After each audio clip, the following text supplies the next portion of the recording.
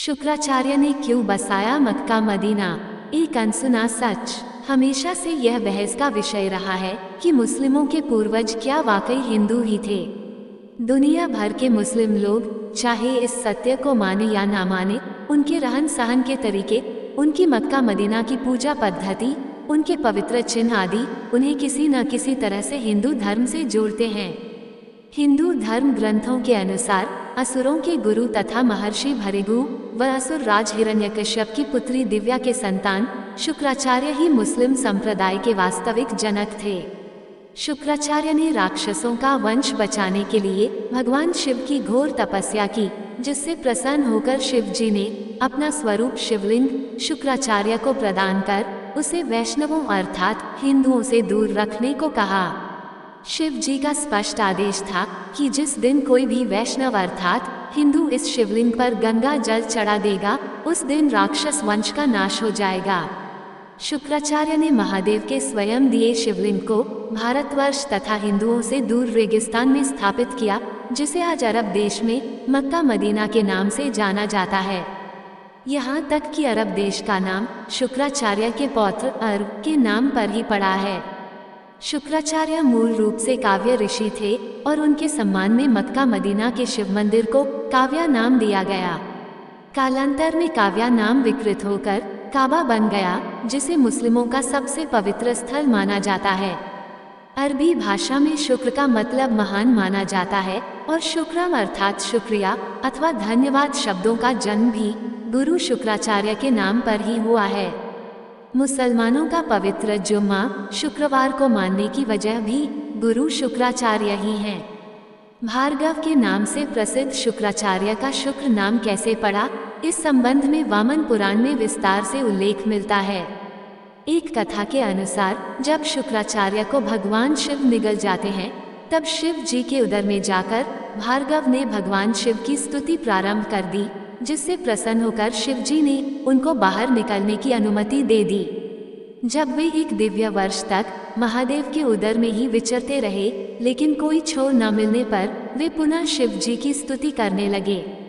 तब भगवान शिव ने हंसकर कहा कि मेरे उदर में होने के कारण तुम मेरे पुत्र हो गए हो, अतः मेरे शिशन से बाहर आ जाओ। आज से समस्त चराचर जगत में तुम शुक्र के नाम से ही जाने जाओगे। शुक्रत्व पाकर भार्गव भगवान शिव के शिशन से बाहर निकल आए। तब से भार्गव शुक्राचार्य के नाम से विख्यात हुए।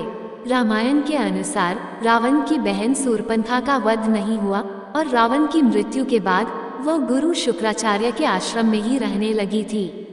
ये सबको पता है कि भगवान श्री राम के आदेश पर लक्ष्मण ने शूर्पणखा के नाक कान काट दिए थे और तभी से वह अपना चेहरा ढककर रहती थी। शूर्पणखा के चेहरा ढकने की परंपरा को अरब देश की औरतें आज भी निभाती हैं। अरब देशों के रेगिस्तान में तेज धूप होने की वजह से वहां के लोगों ने सिर ढकने के लिए टोपी पहनना शुरू कर दिया, जो आगे चलकर उनकी पूजा पद्धति में शामिल हो गया। रेगिस्तान में उपजाऊ जमीन, अनाज आदि के अभाव में लोगों ने जानवरों को मारकर खाना शुरू किया और इस हत्या को कुर्बानी का नाम दिया गया। इंसानों के मरने के बाद उन्हें जमीन में दफन करने की परंपरा शुरू हुई, जिसका मुख्य कारण रेगिस्तान में जलाने योग्य लकड़ी का ना होना था। काबा में 360 मूर्तियां हैं, जिनमें शनि और चंद्रमा की मूर्तियां शामिल हैं। मुस्लिम इतिहासकारों के अनुसार इनमें से ही एक मूर्ति को अल्लाह का नाम दिया गया। शनि, चंद्रमा के अलावा सूर्य और अन्य ग्रहों की मूर्तियों का वहां होना इस बात का प्रतीक है कि काबा में नवग्रहों की पूजा की जाती थी। हिंदू धर्म आज भी नवग्रहों की पूजा करता है और यह माना जा सकता है कि मुसलमानों को नवग्रह की पूजा सिखाना गुरु शुक्राचार्य का ही काम है। अर्धचंद्र को हिंदू धर्म में पवित्र माना जाता है, क्योंकि यह भगवान शिव के ललाट की शोभा बढ़ाता है।